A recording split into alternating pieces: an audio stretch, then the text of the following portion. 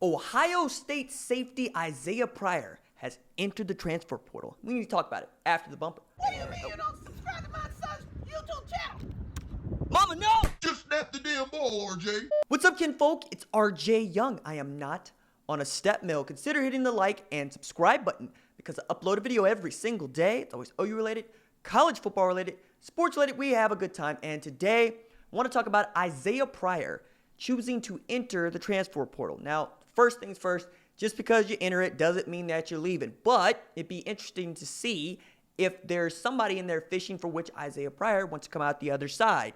Because Ohio State is actually really good this year, and they have a really great shot at winning a national championship because the defense has been stifling 4 FBS opponents, and they've been killing people. Gave up 36 points total. We're talking about blanking Cincy. We're talking about giving up 10 to Indiana and 5 to Miami of Ohio. So forget what Justin Fields and the offense are doing, which is otherworldly as well. But it's very clear that they've got it figured out on that defense. At least they seem to have it figured out. And we're going to get to know more about that as the Big Ten starts to play conference games, because there are 5 unbeaten teams in the Big Ten right now, and that's just not going to be true by the end of October. Ohio State plays Wisconsin. They got to get Michigan State. It's going to be a lot of fun to see Ohio State and whether or not they can run the table on this. But Pryor was at a position of safety where Jordan Fuller is the guy, and it feels like this was the clearest indication that Owasso, Oklahoma product, Josh Proctor, has perhaps moved into the backup role in that spot. Proctor, you'll remember, was the number 1 rated safety, the number 1 rated player in the state of Oklahoma 2017 class, and he came in with Pryor, which is also terribly interesting because Pryor's 4-star dude that finished up at IMG Academy, right? There's that, and he knows Grinch, if nothing else, because safeties coach at Ohio State last year as co-defensive coordinator. Now, they weren't very good last year, but Alex Grinch wasn't pulling the strings. He's pulling the strings at Oklahoma now, and they're pretty decent, right? 53rd in total defense. They've given up just 8 offensive touchdowns in 3 games, and particularly have a need at safety. I understand that you have bodies back there that you like, Jamal Morris, Jeremiah Cradell, Woody Washington, to go along with your starters like Delaren Turner-Yell, Pat Fields. Justin Broyles is also more than capable back there. Maybe Chance Sylvie gets a look, but we do know that Grinch has always wanted to have 2 sets at each position. He wants to have 2 players that he can rotate in at a moment's notice that he knows can play. And I think that's where Oklahoma fans are going to be like, I wonder if Isaiah Pryor would be fancy taking a look at Norman, in the way that they're going, hey, Derek King, the door is that way, exit over there, and we hope that you're doing okay. Defensively, you know what Oklahoma wants to do, and you know what they could be.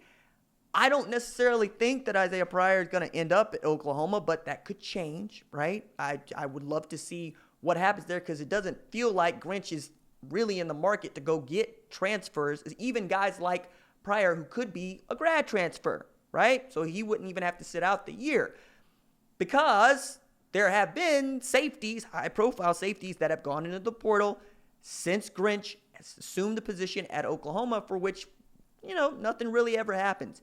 But if it did happen, the way that folks were talking about Austin Jackson, who was a walk-on coming from Clemson, is the way that they should have been talking about Isaiah Pryor, no matter where he goes.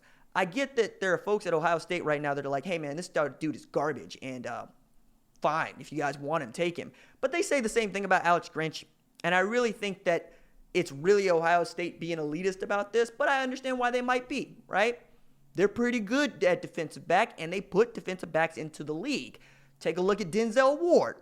There you go, right? That dude came in as a 3-star and earned it every step of the way, and that's how you become a first-round draft pick. And they got those dudes at Ohio State, and they'll get back to having more of those dudes at Ohio State. I find it interesting, though, that Pryor would go into the portal on a team that's competing for a national championship when we all know that, yeah, you're an injury away, but wouldn't you want the ring first? Because you get the ring, but also he wouldn't have the eligibility left. So would you want the ring, or would you want to go play? And I get that there are old folks that are listening going, I don't understand. And there are young folks that are listening and saying, I don't understand. Don't we play this game for championships? Yes, you play the game for championships, right? It doesn't necessarily fulfill you in the same way to be the person who was running scout team on the year that you won a national championship.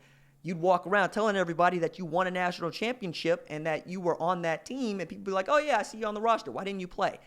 It's one of those, right? It's a personal choice. It's about how do you want to walk through life and how do you represent yourself? Because you might feel just great about being a scout team player and about being a third string safety and that you were really good and y'all were really good.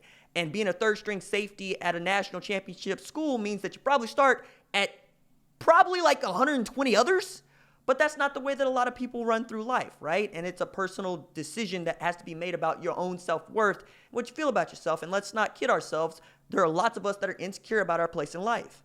And kiddos are still figuring out who they are. They don't know who they're going to be, right? They know that they play football. They know that they identify as a football player. Some of them identify as something else, and I hope that's the case for most. But I still think that there's a lot to be said and a lot to be figured out, particularly in the case of a guy like Isaiah Pryor, where it's not just going to be cut and dry.